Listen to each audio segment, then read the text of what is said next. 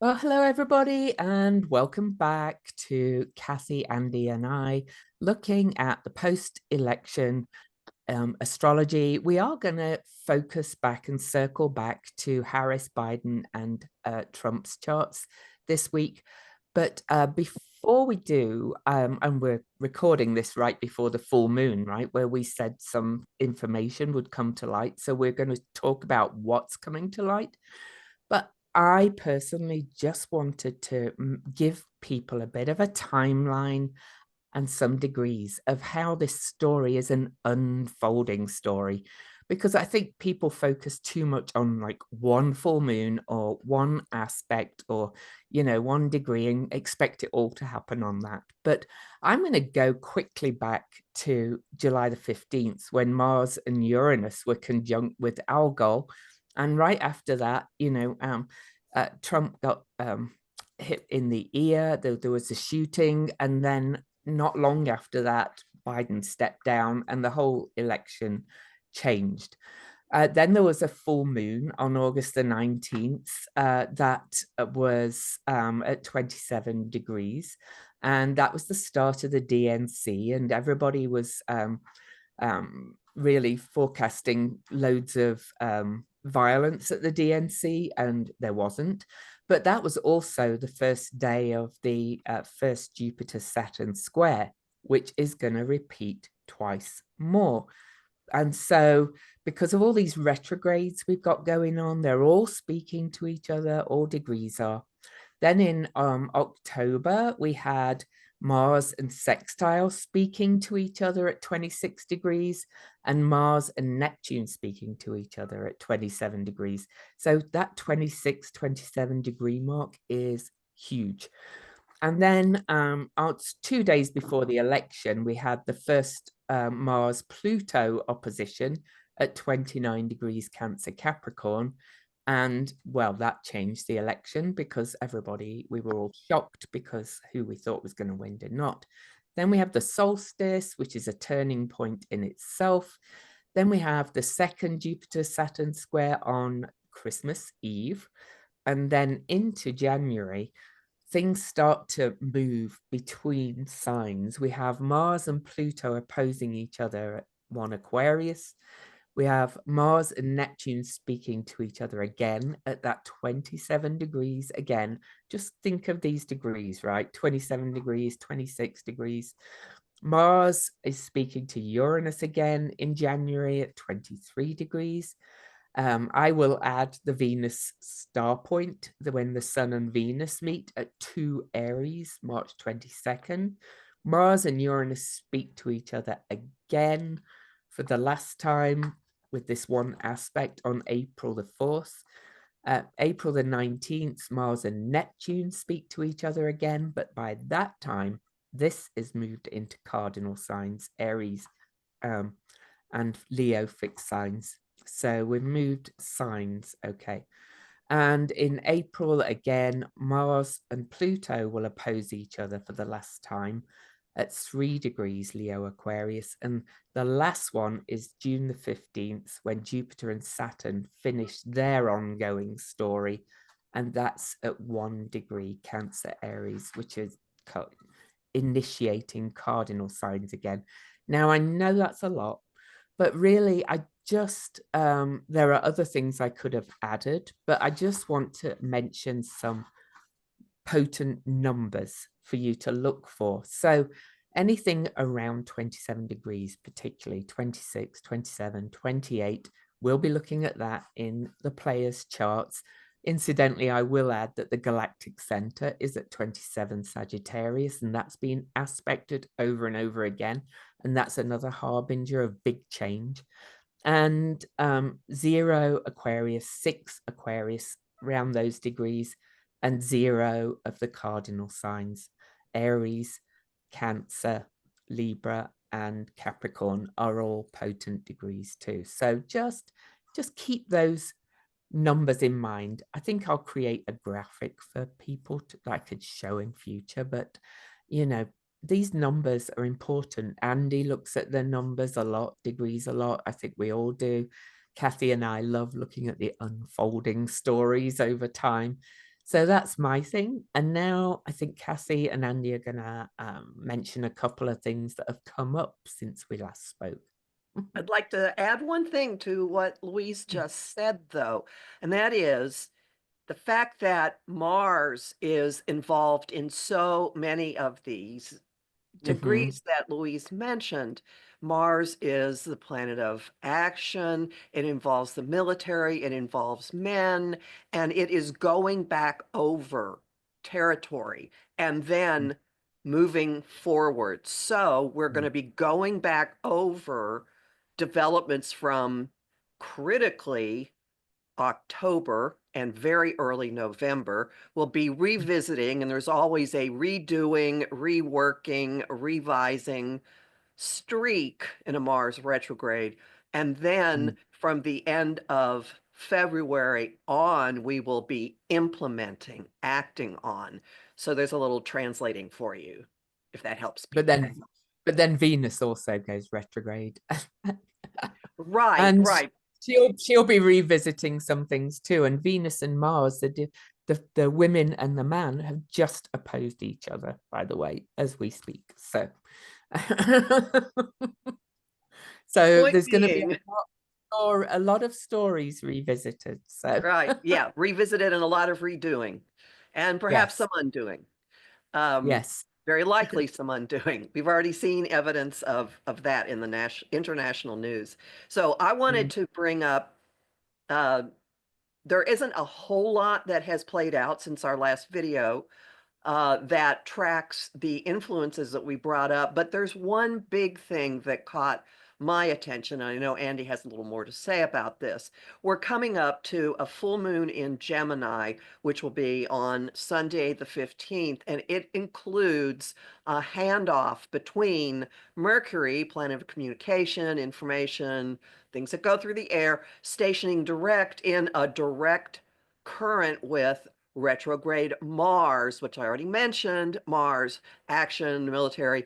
And we had discussed when we were looking at NATO that this particular handoff is going to make a perfect equilateral triangle, a grand trine with NATO's Mercury. And we said something's going to be coming from NATO at this time. And as this is building, the head of NATO, Mark Rutte, issued a statement yesterday that NATO must move into a war mentality because otherwise Russia will not only just take Ukraine, but it's going to come for Europe. And that acts out, that plays out what we saw. Now, there may be more that NATO does. This aspect isn't exact yet, but that is a manifestation of the energy we were talking about. And I know you have Mhm. more to say about this, Andy. Well, I mean, I think it's important to remember that this is a global stage.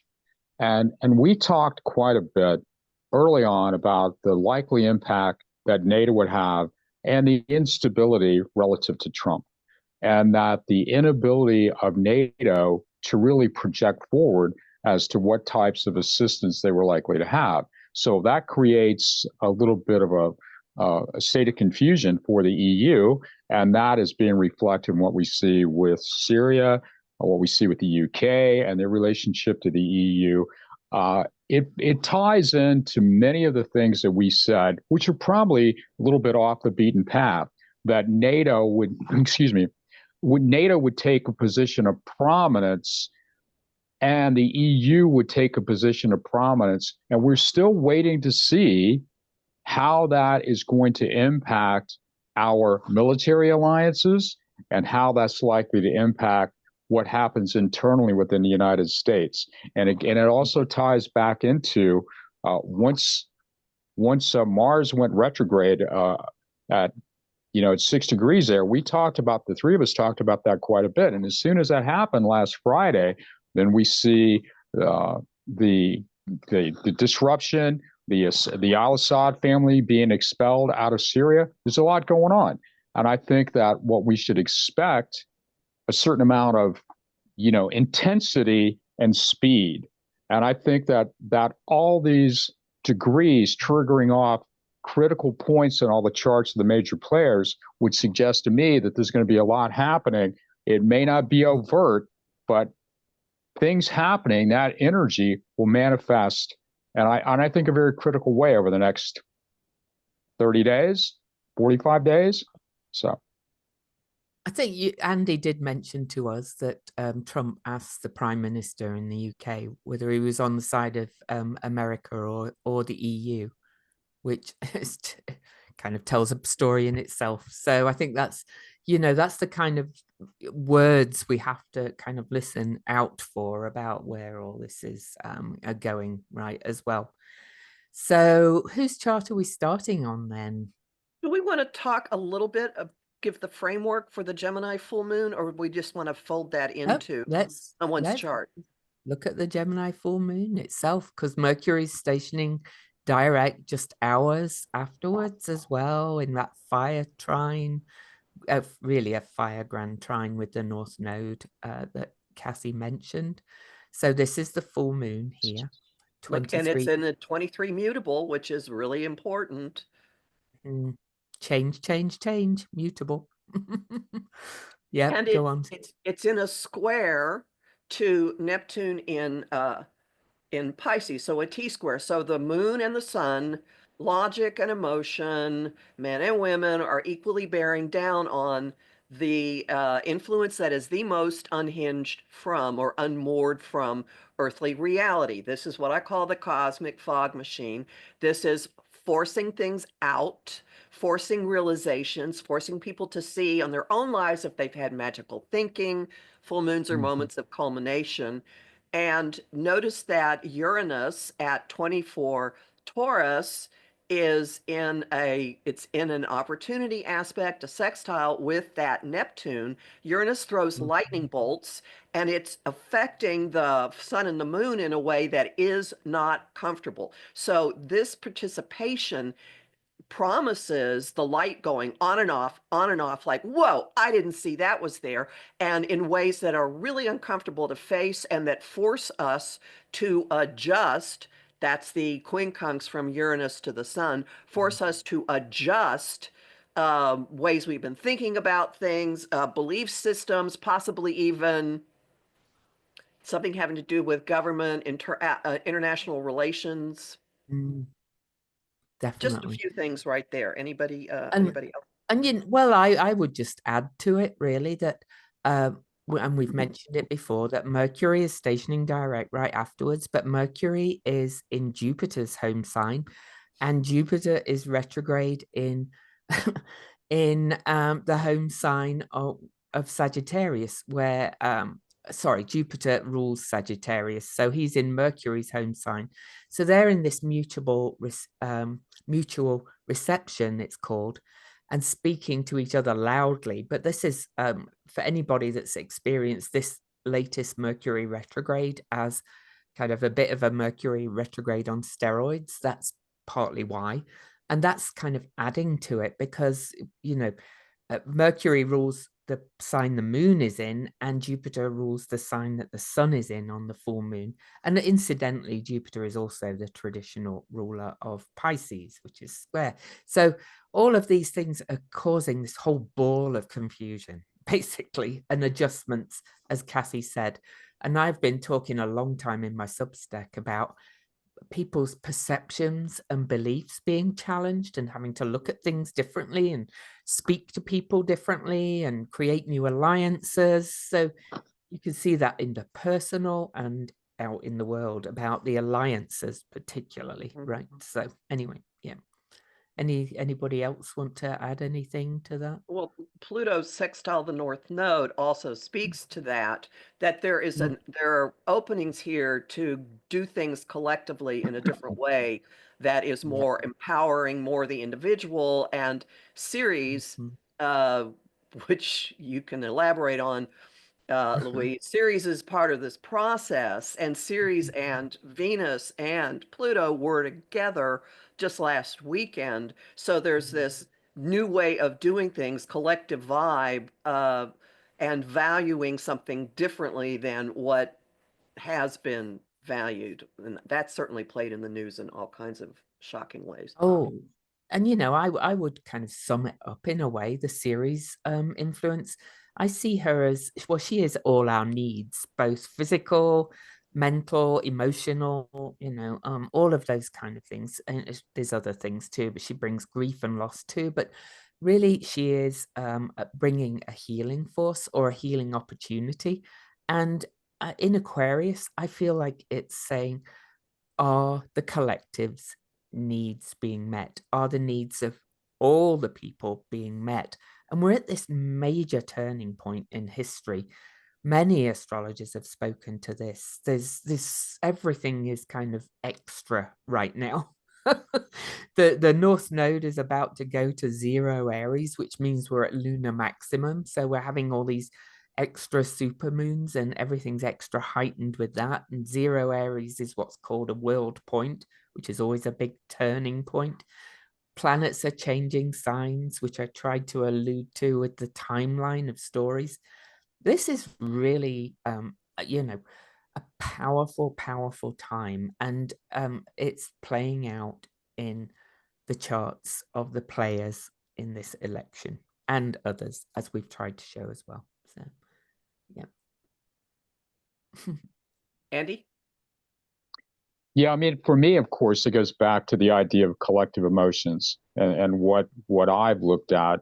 I approach it from a slightly different angle, of course, and I do feel that Trump and this nationalistic idea is not really in sync with the primary collective emotion. To me, that causes problems, and it also, I think, leads me to be very optimistic about things from the standpoint of Trumpism, as we may fear it in its worst scenario, I don't believe takes hold.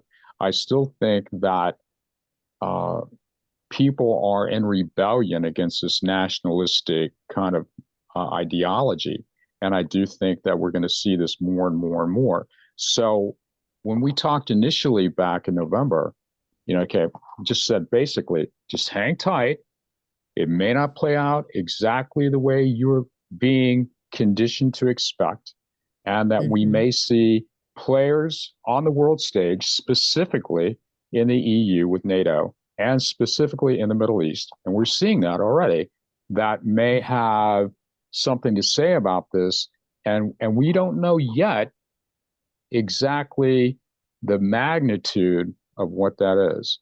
But again, it goes back to something we've collectively said from the different angles from which we approach it, that change is afoot, and not to really baseline your expectations on what you've seen in the past, that this is a very volatile period, not necessarily a bad thing, but a time of rapid change. And I think that the most obvious astrological signature of that is Pluto at 0 Aquarius. So I think this is really an opportune and a good time. And I'm expecting lots of surprises to happen. We talked about this a week ago. I said, hang tight. When Mars goes retrograde on last Friday, things are going to speed up. And we're already starting to see that. And my expectation, once Mercury goes direct, and that's just a couple of days, is that it speeds up even more. So, so that's my 2 cents. So whose chart do you want to start with? Should we uncharacteristically start with Biden, because he's often the corner doing his work, not getting noticed, doing his work. Yeah, let me just get Biden up. Oh, where's my box to get him up? Okay, so Joe. Could you put the full moon around his chart as a starting point? Oh, sure. Let me get Biden the full moon's chart. There we go. This is the start. This is where we're at this weekend. And we're recording this Friday. The full moon is on Sunday, as you can see. Excuse me. So yeah, well, go for it. Well, the moon is, I'm sorry, the nodes as well, and it's Neptune. Anyway, go on, everything. Well, so he has Neptune in the 10th house. Neptune is his spiritual side, the role that he plays in the world. He is reputed to go to church every single day. I would not doubt that. I suspect the man actually really does pray. And with the North Node moving there, and that's the U.S. midheaven. So he's not just blithely doing things. Okay. So this indicates that he's in a mode of calling on his spiritual side for getting things going. And Pluto at 0 Aquarius is in an unbroken flow with that. It's in a trine from the second house. That's one important thing. But if we look at just the full moon, the moon itself at 23 Gemini in his house of allies and open enemies is in an adjustment aspect to his Mercury, and So, Uranus in the sixth house of his repetitive actions is in an adjustment aspect. Well, it's opposing his Scorpio in the 12th, but it's also in an adjustment aspect to his sun, or to the sun in his first house of identity. The upshot of this is there will periodically be these bolts of action coming out of seemingly nowhere from him, which fits what we've seen. And there are things going on now, revelations coming to light now that are forcing him to change his political identity. yep. Can I just add? I think you Please. I think you just said mistakenly easily, because I do that all the time. Oh, North node on his Neptune. It's the south node on his Neptune, which oh, is I'm sorry, South Node. and I describe the south node in Libra, this whole journey that's ending soon as the node shift signs, as no more playing nice and rolling over. So I don't think I've long said he's on a mission, and he's like, okay, I'm not going to play nice anymore. I'm going to kind of just, take a stand kind of thing. Okay. That moon is in an opportunity aspect or a sextile to his Chiron, which, that's the wounding in the ninth house. I would say seeing there's an element of dissolution that's happened with him. I would imagine. And we're going to see a lot I've come from that. I've often described it as, when I look at all of it, the big picture, is he has no F's left to give. He's like, he's like, I'm doing this no matter what. And Neptune in the fourth house, which is his home, family, tradition, and that's where the pressure point of the full moon is in it's in a trine. It's in an exact trine with his sun. So this is not in the 12th house. So this is, as these disclosures come out, he is going to pull Scorpio moves. It's not going to be haphazard, shooting off at the mouth kind of stuff. It's going to have a guided, reactive. Don't underestimate this man, okay? Do not.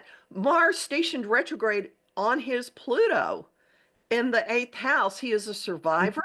He values long-term relationships, and he is going to be doing what he can to act on it. Also, one final thing, piece of technical stuff here: his solar return Mars in his chart on his birthday was also in this spot.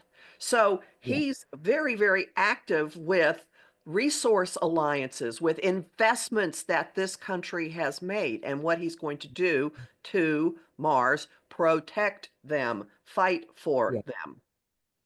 Yes, absolutely. Yeah, the point that jumps out to me the most is just what Kathy mentioned, which is retrograde Mars parked right in his natal Pluto. And it would not surprise me, because of Biden's desire to maintain our alliances with NATO and the work that he's done with NATO, that what's happening, that NATO has a willing, partner with Biden, and the events that are happening now that Mars has gone retrograde. Because remember, what's happened in Syria was right after Mars went retrograde, and that the events in Syria are also having putting a lot of pressure on Biden to make decisions as to what he wants to do. It would not surprise me that Biden kind of gets empowered here to take some dramatic actions. But for me, the 2 points are his Neptune, at 1 Libra, because that's, tying into all sorts of things, and retrograde Mars on his Pluto. And of course, we could go through a lot of things he has with Trump, but just those 2 points alone, I think, are suggestive that there's going to be a lot of stuff happening with Biden relative to him reacting to conditions external to what he might ideally want. He's going to his hand is going to be forced somewhat. That would be my expectation for Biden. And almost on a mission, as I've said before. But, I would add that Mercury is stationing direct right near his ascendant and will oppose his natal Saturn again. It's opposed it twice already. I'm not going to go back and look at all the dates.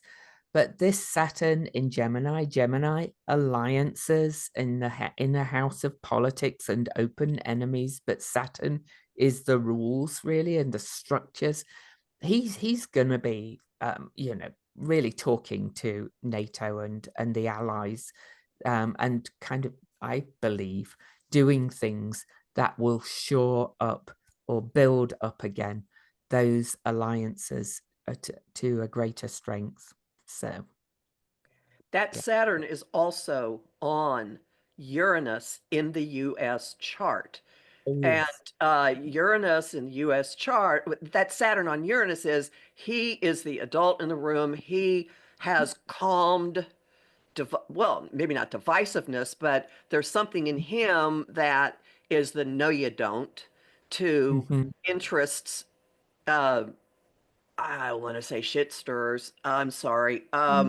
But disruptive influences, the rogue influences, he's the one that clamps it down. So those of you who are saying he's not doing anything, please be prepared to be surprised at what he steps up to.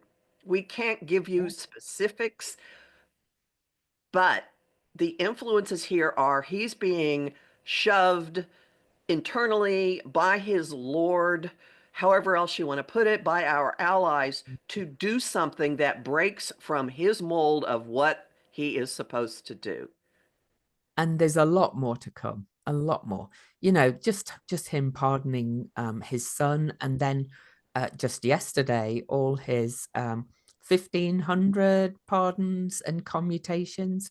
And they've said there's a lot more to come. He's talking about pardoning, a lot of people preemptively who would be gone after by the Trump administration if that administration comes into power. And so, just watch this space. He is on a mission, in my opinion. And it's going to keep unfolding. So, yeah. And I'll go out on a limb here and say that that activity happening in his 7th house of partners and 8th house of investments or shared resources could very much involve his political partnership with the vice president. Absolutely. Yeah, and I agree with that. Absolutely. I agree with that, Kathy. Yep, absolutely. He's, that slogan he had when he came into power, save the soul of America. That's his mission right now. He's so that we can build on it or whatever. But anyway, that's his mission. So anything else to add, or anything we want to look at coming up? Because I think we can just say it's an unfolding story. Jupiter later will station direct very close to his Saturn as well, which is an interesting thing because we're on an ongoing Jupiter-Saturn square as well. That's going to kind of activate those energies. So, and as that happens, it's going to amplify his Mars and Scorpio, his coming out of the the Scorpio tail coming out of God knows where and going whap. So Yep. and that'll be floating around Christmas Eve. So, you know, don't I just keep saying it. Do not shortchange this man and what he is capable of. Exactly. There's one other point in his chart, and I don't know if you have it up here, which is the vertex. And I actually pay a lot of attention to the vertex, and his vertex is 17 Cancer. So Mars is. Can you add that point, Louise, easily? Yes. Yeah. Let me just you talk while I do it. So the vertex, in some sense, is kind of like a moon node to some degree. So we have retrograde Mars. Yeah. So we have retrograde Mars that is hitting his natal Pluto. And when retrograde Mars stops and stations and turns back direct, that's 17 Cancer. Is that correct? Right? Yep. Yeah, from February 12th to March 9th. So it's sitting at 17. So that is Biden's vertex. So it would not surprise me that during that period, the warrior, as Kathy always goes back to, you don't mess with a dude that's got all these planets in Scorpio. It would not surprise me that his desire to kind of save things kicks in more when Mars turns direct in February. And so that would, to me, be suggestive that maybe Trump is not yet in office. So that's the way I would interpret it. I guess we'll see as time goes on. But as Kathy always goes back to, I think there's still plenty of gas left in his tank, and I do think that he's a traditionalist in the sense that he wants to honor our commitments. He understands the value of NATO. He understands the value of having partnerships on a world stage that Trump does not. And so I think that Biden's desire to maintain that political balance he's going to be forced because of events to kind of step up. And I do think that is what he's likely to do. So there's still, to me, plenty of fire and gas in this boy's tank. And I would think that Mars retrograde last Friday is kind of the catalyst for a lot of that to unfold. And just one last thought before we move on. You know, I know we get a lot of comments saying the inauguration has to happen on January the 20th. It always has, it always will. And it's even happened during war. But just open your mind to the question, but what if the person we're at war with is the president-elect? That's unprecedented. So, you know. So do we want to look at any other transits with Joe, or? I think we should move on. We can come back another time because we have a lot we want to throw at people. Who do you want to look at next? Want to look at Trump next? With the full moon around it? Let's save the best for last. Harris. Well, not the best, but you know what I mean. Let me just get okay. And for those of you, while we're doing this, there are a lot of people. We now have a lot of people viewing us who we know go to a lot of psychics and intuitives channels, and we are not so much in the business of predicting specific events. We look at patterns, we look at courses of energy, we look at flow, we look at dots that connect and see maybe this is associated with this, so that suggests a certain path. But you know, we're not gonna say definitively, oh, on this date this happens. We'll say these are the energies and these sorts of things are likely to happen. So just to clarify, and now I see that you've got that up there. Thank you. Yep. No worries, of course. So, well, the full moon is, you know, clearly right on Donald Trump's sun-moon opposition. He was born on an eclipse because the sun and moon are very close to the nodes at that time. And so this is activating his natal eclipse that he was born on directly. And that, of course, means that all the aspects we've talked about are aspecting that too.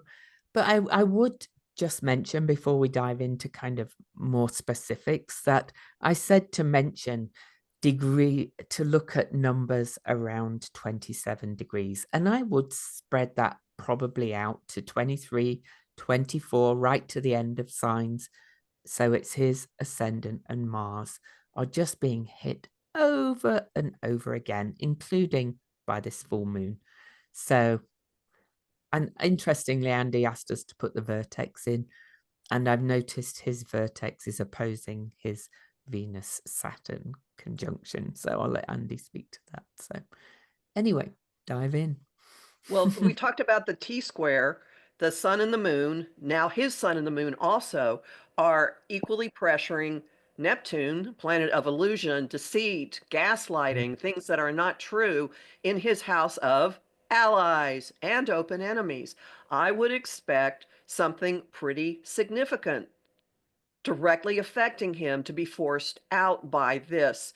And will it be comfy? Well, look, Uranus at 24 degrees, Uranus, the destabilizer, the thrower of lightning bolts, is parked on his midheaven, which is the doorway. That's the pole that is where he builds his life.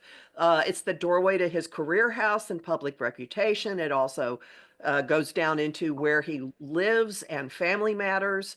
This full and Uranus is in a really uncomfortable relationship with his sun. It's in an adjustment relationship with his moon. Stuff is going to come out that is not going to feel good, that could possibly be shocking. It's going to pierce the fog.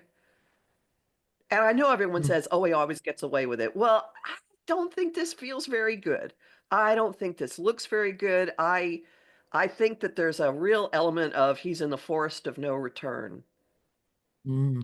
And, you know, I think a lot of it will be with Neptune. Neptune is just station direct as well as we're recording this. So it's quite potent as well on this full moon. A lot of it is people kind of realizing they've been duped, basically. I think a lot of, you know, his people are gonna, his followers are gonna really start to realize that they've been duped, that his plans are not gonna help them. Anyway, I do want to mention the fire grand trine that we've talked about with Mercury stationing direct on this full moon. This is in the 4th, 8th, and 12th houses. They're all these houses they're all watery houses. They've all got this element of hidden things, of things lying below the surface, secrets being revealed, open enemies. For 4th house is from deep within him, perhaps his base of insecurities, but also maybe his base of sense of safety and security. This is also being activated by all of this. And as Mercury stations direct, things will start to come out. So anyway. And there's a research with Mars retrograde in his 12th house. There's a vibe here of somebody looking at stuff, and there is a military streak in this because Mars does rule the military, and the North Node in Aries is ruled by Mars. And we've got NATO speaking out. So what Andy keeps saying about these other things playing back, he's this man, he may live in a bubble, but his political career is not in a bubble. And there are things happening. There is information coming out more and more, and some of it is going to really hit him. And I'll just fast forward. Louise gave a timeline of progression. Well, at the end of March, Uranus is finishing its sitting on, the wrecking ball finishes sitting on his midheaven. And that's like an end, that's the end game. That's the end point in the game in many, many ways, because the Mars retrograde is also going to be hitting other things. So don't freak, okay, people? This man has a very uncomfortable few months heading up. And it's not, I have said from our first video, it is not a cakewalk to Inauguration Day for him at all. And this period in December is critical to that.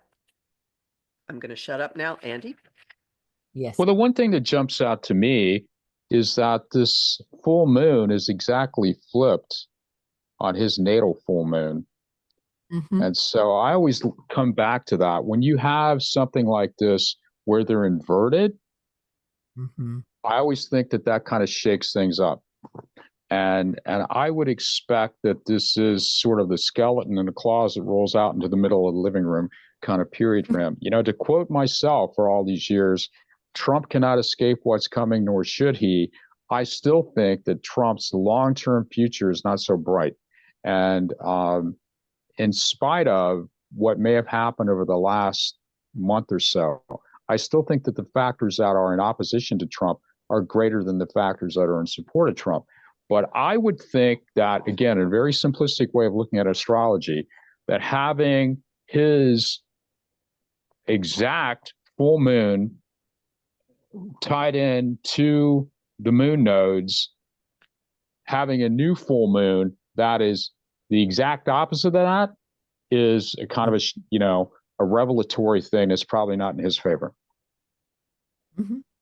I agree. Yeah. We agree. We all agree. Definitely. I always notice those reversals too. So yeah, and you just have to think of the energy of full moons. It's the full light of both lights, the sun and the moon, shining a big old light on things. So you know, it's like, okay. Any more on Donald? I think we've we'll look at him again. We'll come back to him because, you know, there's more stuff that's going to be happening. But for right now, that gives people something to chew on. Yeah, definitely. So can we look at the full moon on Kamala? We can. And let me just get her up. I just have to put it in my... And it hits her moon nodes, and I find that pretty fascinating as well. And she's definitely a full moon baby. I mean, she's an exact. She's very much... oh, why was that not let me do that? Okay, there we go. Okay. Thank you. Yeah, she was born on a full moon. Remember, I said, remember those 27-degree marks? Well, look at the degree of her full moon just for a start, but we're probably not going to go there right now. But we'll look at the full moon, which is... look, it's on her first and seventh axis. That's the axis of relationships. That's her and other people. Huh, interesting. And where is Neptune? Neptune is up there in the 10th house. This is going to very publicly push out all kinds of things that will have an impact on her public role. Absolutely. Absolutely. And the fact that her moon node is right on her ascendant. Yep. Typically, when you see that, you're looking at people that their lives play out in public. And I think that this full moon is likely to bring her back into the public sphere more than we've seen over the last few weeks. So that moon is on her north node, which is what her mission is. This is going to light that up. Notice that Saturn, transiting Saturn up there in the 10th house of public reputation, is on her Chiron. It's been there for quite a while. Chiron is your wound. I mean, she really does. She kind of like embodies the underprivileged, the people that don't have chances. There is something with her that's part of what she is and what she does. And this is the last. This is the last time Saturn's going to go over her Chiron, by the way. So it's finishing that story of talking about those stories. And it's opposing Uranus in Virgo, which Virgo is a sign of service and doing the right thing if it's at its highest expression. And it's a radical change. So, you know, there's... it's like... Well, and that Virgo, the Uranus down there in the 4th house, Uranus conjunct Pluto, is a signature, I've said this before, of people who were born in about 2/3 of the way through the 60s. And this is a change agent signature. And there's something here about committing to it, locking into place. And this is going to be part of a very interesting story you're going to see by the time we get done with this. But notice that Jupiter in her 12th house of hidden things, Jupiter in information, is in an action demanding a relationship, a square with that cluster of Virgo planets. Actually, there's a T-square going on here. So, but it's in a Yep. tight square with her Pluto. There is information going out, and there is a regenerative aspect to Pluto. She is not out of the picture, people. She is not. And Uranus is sitting on her Jupiter in the 12th house. Now, the 12th house is stuff that's outside of the line of sight. A Yeah. Jupiter in the 12th, I have historically seen as a cosmic nightlight that makes you feel like, Mary Magdalene is singing everything's all right to Jesus the night before Gethsemane, those sorts of things. But Uranus sitting there's something unlocking, some Mhm. very big good fortune. Now, that same aspect brought millions and millions and millions of dollars to her campaign incredibly Oh, quickly, but really it's did. still sitting there, and it Yeah. is a feature of this full moon. It's participating with the sun and the moon, an adjustment in her open enemies, huh? Mhm. And Yeah. something very suddenly and shockingly pushing her back out into the public eye. As a 12th house sun and Jupiter myself, I can attest to that. It's, in traditional astrology, it's always said hidden enemies, and it does have that kind of flavor as well. But I love that description you just gave. It's really connected to source and spirit, the 12th house, in many ways. And, I think, she is kind of, again, she's kind of got this sense of purpose and spiritual mission going on as well, um, which is, I think, why she attracted the vibe of the people during her campaign so much. You could almost see it unfold in her on the stage when she was talking. It was like one of her slogans. There was a video of the moment she said those words and realized that was, oh, that's it kind of thing. I think it was "We're not going back." That was one of the things. So, Mhm. she's got that kind of spiritual awakening kind of energy going on at the moment. So Can anyway. you draw where the fire grand trine is happening in her Oh chart? yes, We I have can. retrograde Mars in her second house of her abilities, her values, her own money and worth, and it's in a trine with Mercury stationing direct in her sixth, and the North Node in her 10th house of career. Mm-hmm. Information is coming out that is going to amplify that. And the grounding of this trine, you always look for a point somewhere in the middle to bring the energy down. So what turns this into a kite, actually it is, where's, that's it. This, That's yeah, the Scorpio. yeah, Yep. Pluto in Scorpio, the new way of doing things. The Yeah, correct. the Aquarius. other thing that jumps out real quickly to me is her natal Mercury at one Scorpio. So you would think that Pluto is kind of an itch that she has to scratch. And I would think that all that's happening is causing her a great deal of discomfort in what she wants to say. And Mm. just real quickly bringing it back to Biden, her Mercury is in direct opposition to uh, President Biden's natal moon at zero Taurus. So Pluto is impacting, but is squaring both of them. It's making a T square with them, and so you would think that Biden's sense of self is being challenged, and Kamala's sense of what to say is being challenged. And because they both have very forceful personalities, I would think that rather than retreat, they kind of go on the offensive. Um, But it also almost feels like at this point, Biden has been saying because he's obviously mentored her, you could for see that sure. he's almost saying, I could, what does he call her? I can't remember. But Kiddo. anyway, yeah, Kiddo.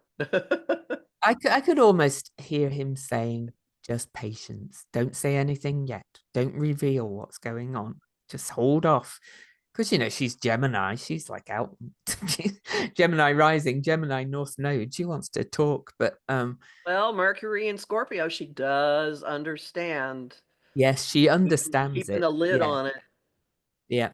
But I Eh, think that tie-in that Andy mentioned, I think Biden is she's there going, okay, Joe, Well, the you let me karmic know when we're ready. implications, and Louise, forgive me for jumping in real quickly. All right. She's got Saturn on his south node. So that's the thing. To me, that's a very significant thing. And the U.S. moon, the people of the United States. Yes, absolutely. Yeah. Which means that the U.S. moon is on President Biden's south node. So a feeling of responsibility and how to present oneself. And almost like a karmic mission again, almost. Just as their role as players in this big game. This is, I just keep hearing the word mission all the time when I look at this. So all of it. More things are definitely going to be coming out there. And we still maintain the story is going to shift of the election. When exactly? We do not know. I think, a lot of people got excited when we talked about this full moon, thinking everything would just come out on this day. I would remind you that lunar cycles do unfold over about 6 months as well. So, until the next new moon that's kind of in the same sign. So, there's things to come, nothing. Sometimes aspects happen on the day, but quite often they are unfolding stories. And especially when it's in mutable signs, the full moon being in Gemini and Sagittarius and squaring Neptune, they're all mutable signs. That's a lot of shifting sands, changeability, things moving, not everything kind of shifting. So, yeah. Do we want to track a storyline just quickly, or do sure. we want to save that? Can we start with August 19th? Can we start with August Harris? 19th? With Harris? Or even, well, if you want to put them around her chart, or just the, it would work with just the transit charts. So going from August, not because, I mean, if you're okay, I have a story. Of course I am. Yeah. Yeah. Okay. No. So, and I think this kind of highlights some of the story I talked about at the beginning as well. Right. Of things, by the way. So can we start with August 19th? Yep. Just changing it. I'm not getting the full. Louise has mentioned that their mutable energies have been important. And on August 19th, all right, so it was a full moon. This was when the Democratic National Convention started. But for purposes of this story, look at the 8th house, Jupiter and Mars action in communication were in an exact square or demand for action with Saturn. So they were both at 17 mutable, and looky right opposite Saturn, Venus at 17 Virgo. And a woman was nominated for the presidency, who, if you remember, has Venus at this area. She's got Venus at 18 and these other things. So this pulled her into it, and it makes it she is part of the story of this unfolding square. Yep. Can we just go through the charts quickly after you get, and just quickly, the full moon and Mercury were on Donald's ascendant and Mars. So, this is like and Mercury was retrograde then. So both of them were activated by all of and it was targeting his Uranus so it had big impact on him, but for purposes of the story I am hellbent on telling. Oh yeah, no, I just wanted to say both players were tied into this story, as we can tell. Okay, we're to next. So now the solstice. Okay, so I just want to move. So just remember Jupiter square Saturn, with Saturn opposing Venus. So the second Jupiter-Saturn square is building, but on the solstice, look at top of the chart, the moon is where Venus was. The moon is actually opposite Saturn, and they're moving into a square to Jupiter in the 7th. I saw this and went, huh. And you might remember from Kamala's chart, she's got Uranus at 13 Virgo. So we have gone from Venus being part of this configuration, that's the female, the feminine influence, to another feminine influence, but this is the people. And the moon in Virgo is no nonsense. Like, we don't want chaos. We do not want chaos. We don't want crazy stuff. And this sets the tone. Since this is on the solstice, it's a 3-month undercurrent. Just there. Yep. Yeah. Do you see where I'm going with this? So that when I saw that, I went, ooh, that sounds important. So that's December 21st. And then the square becomes exact on December 24th. Which I think I mentioned in the list. So the Jupiter, Saturn, Jupiter square. So, yep, where to next? Do you have a chart for December 24th? I can just move it on. Oh, okay. Just because on that day, so on December 24th, you'll see things have changed a bit. Now, Mercury, which has been retrograde and is now going forward, is part of the conversation. Because it's going to be opposite. So it will be opposite Jupiter, and both of them will be bearing down on Saturn in the 4th, which is, let's contain this information, lots of information. Jupiter and Mercury being in each other's signs, amplifying everything and bearing down on containment. So Mercury comes in and actually squares Saturn on December the 27th. So all around that time, yes. So. And it wouldn't surprise me if this is a time when a lot of the things that, like the information is being gathered as we speak, comes into the light of day. Would not surprise me that that's a revelatory type of period for that, and maybe the week or so after that. Just remember, it's Mercury and mutable signs, and Mercury and Jupiter it's still in that mutual reception, which is both causing issues and causing information to come out. So December the 26th, Mercury exactly opposes Jupiter. So there's that T square again. So I'm sorry. Go on. It pulls in Kamala's Uranus. Something unlocks for her at this time. Because that's over in this in I'm sorry, Virgo. I jumped on you. Yeah, and that's in Virgo. And of course, by this point, Saturn is moved back over her Chiron, right? What degree was that? Yeah, you're right. 14. It's finished that aspect. So story unfolding again, change, lots of things coming out, changed perceptions, truth coming out, information. It's amazing, quite honestly, how it's affecting everything. Okay, where to next, Kathy? Do you want to go to January 20th? Noon? The inauguration itself. I did create the chart for that, so let me excuse me, bring that up. And we want the 25th, 2025 one. I've got various other ones there too. So this is the inauguration, always supposedly begins at 12 p.m. on January the 20th in DC. So, things I would point out, there are several things.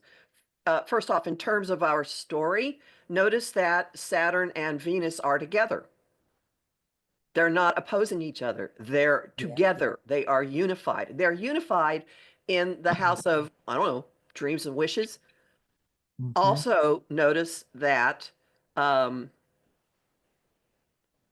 Sun and Pluto are right together in the 10th house, right there. Like, this is a very, very new beginning. Now, it could be tech bros as president. Yes, that's possible.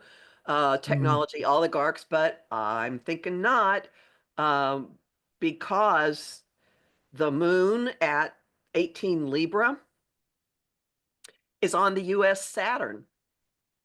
The moon in the moon. Oh, sorry. The Yes. people, the people, The yes. people. But look at this though, the moon during the inauguration date is opposing Chiron, which is the wound and both the healing. Now, Chiron is at 19 degrees Aries, where it was on the April the 8th eclipse, where it was when the nodes moved into Aries and Libra, where it's just stationed direct. That 19-degree Aries for Chiron is a very potent degree again that's been reactivated. And then what's making a T square to it from the sign of truth, courts, justice, all kinds of things. Mercury in Capricorn, the sign of institutions and rules. It's just like And it's ruled by Saturn, which is conjunct Venus. yes. I don't know. You know, well, we could go into a lot more detail. I'll tell you that everyone out there, I have looked at these planetary positions around Trump's chart and around Kamala's chart. And actually, I'm flipping them. I put the chart, the inauguration as the being, and I put their charts around it. And he's all below the horizon. He's like not there, whereas she is out in public, front and center. Yeah. Yeah. And I would add that as well, Jupiter is about station direct and is at the direct station degree. And we've seen how Saturn and Jupiter have been working together. And that's right at the cusp of the second house of our values and our worth and all those kind of things. This is just amazing, quite honestly. So if it happens on this day, this sure does not look like an autocracy coming in and squelching everybody. No. And I love that the ascendant for it is Taurus, which is a Venus sign, and Venus is there with Saturn, kind of the ruler of the midheaven for that moment as well. And they're together in, as Kathy said, the 11th house, hopes, wishes, also the collective, people, groups, large groups,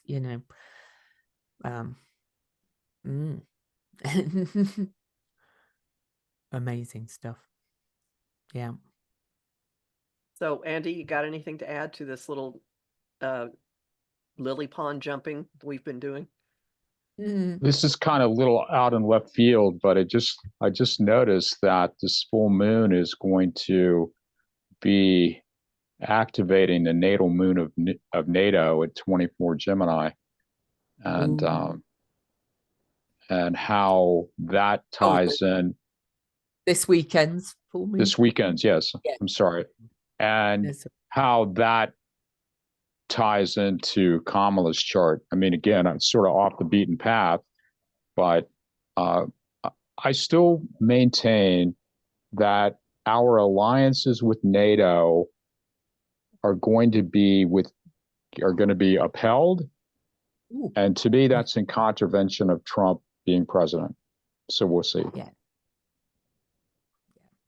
Though they're clearly working on, telling him he has to kind of stick with NATO, but he's a wild card energy, as we know from his chart. I will mention as well that by the inauguration day, the nodes have changed signs for, they change signs every 19 months. And now they have moved back into Pisces and Virgo, which has such a different flavor.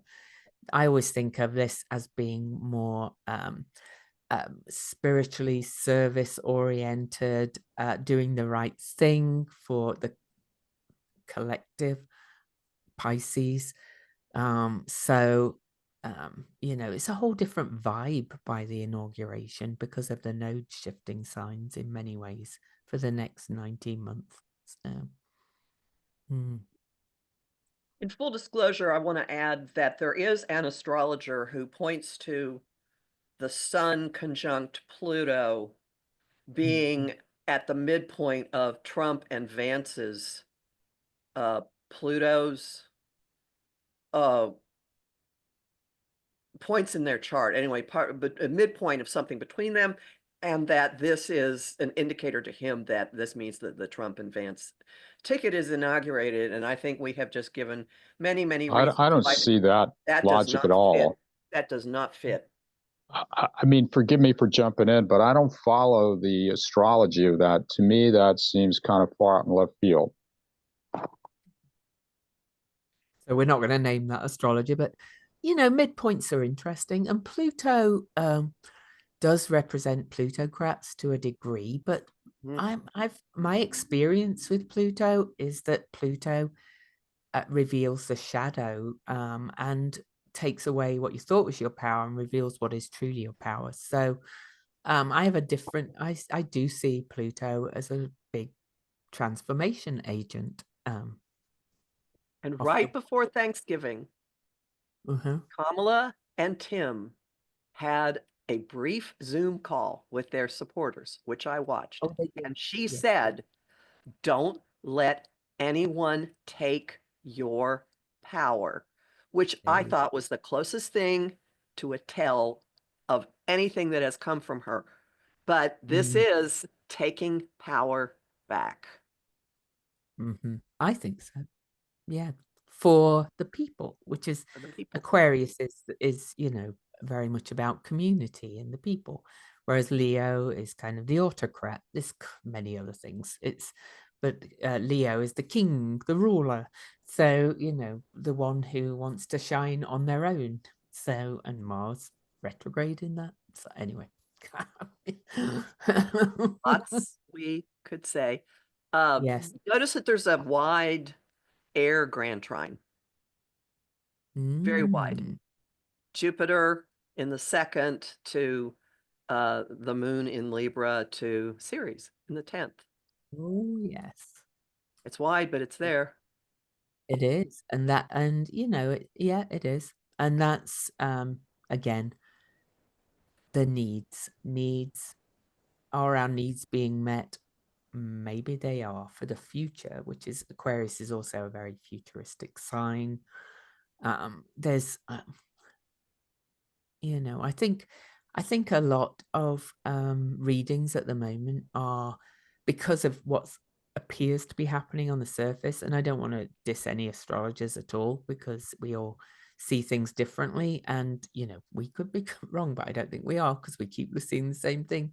A lot of people are emphasizing the autocratic nature of Aquarius rather than the kind of equality, freedom energy of Aquarius, which really is the words of the founder, you know,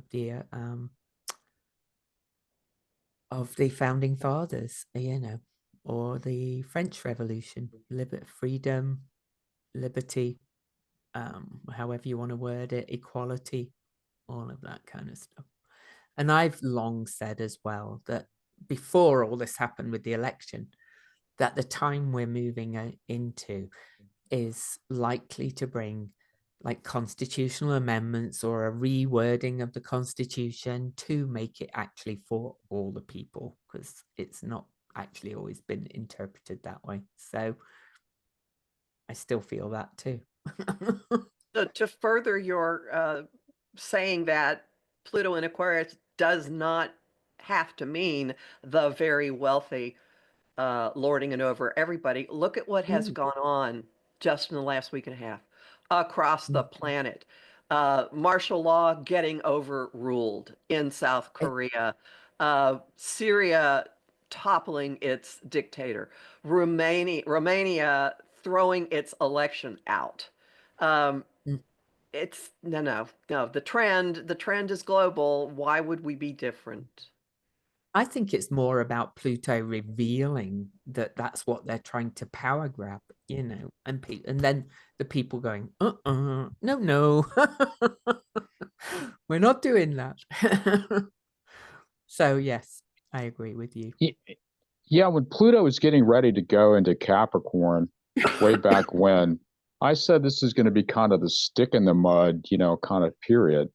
But I think that Pluto in Aquarius is sort of a, you know, like community fest kind of vibe, you know, like everybody's going to the Renaissance Festival. To me, it has more of that kind of vibe. I'd be very surprised if that was, suggestive of more autocratic kind of rule. I would think just the opposite. And I think that Pluto in Aquarius is likely to have a gigantic impact on the ways in which technology plays out on the world stage, with whether that just be AI or whatever. Pluto in Aquarius, in my opinion, is going to be revolutionary in a multiplicity of ways. And I don't think that the strongman autocrat fits that model.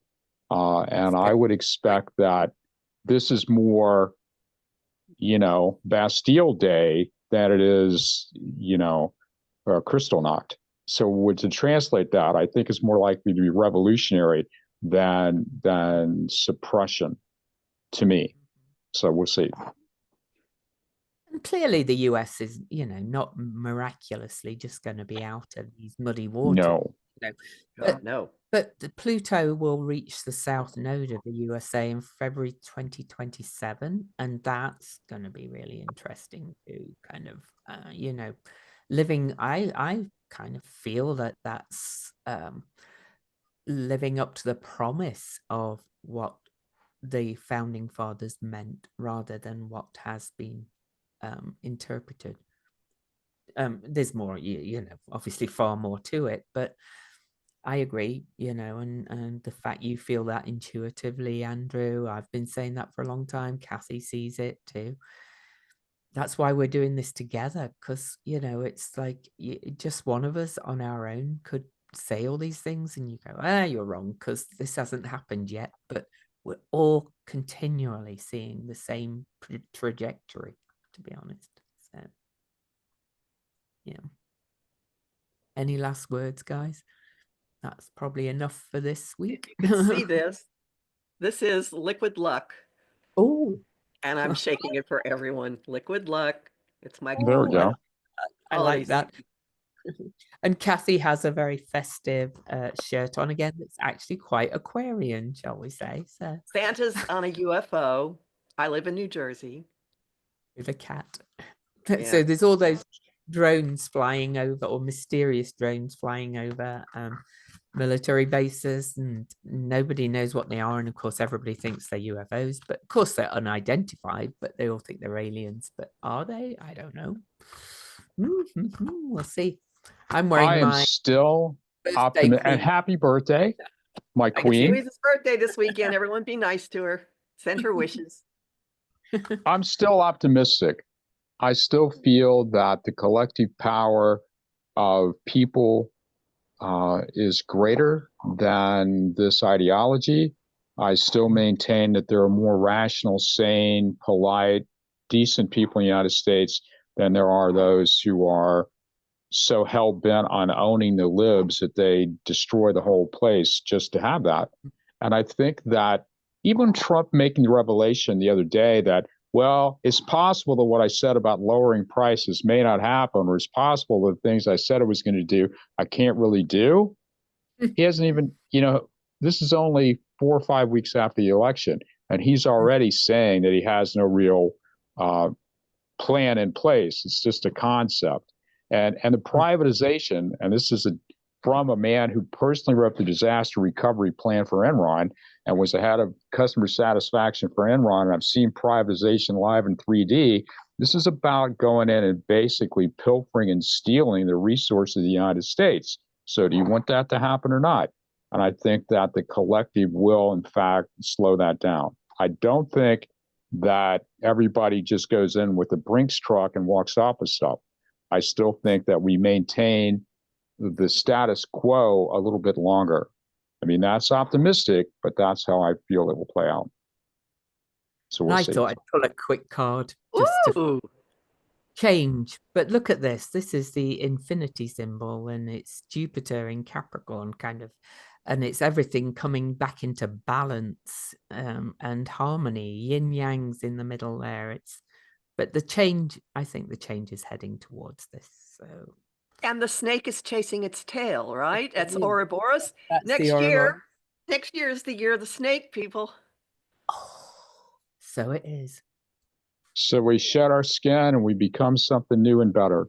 I still maintain that good things can happen and likely will happen. I know a lot of people are in freak out mode, but I still think that there's good things on the horizon. I still think people are good. I'm in a happy space. Try to find your happy space.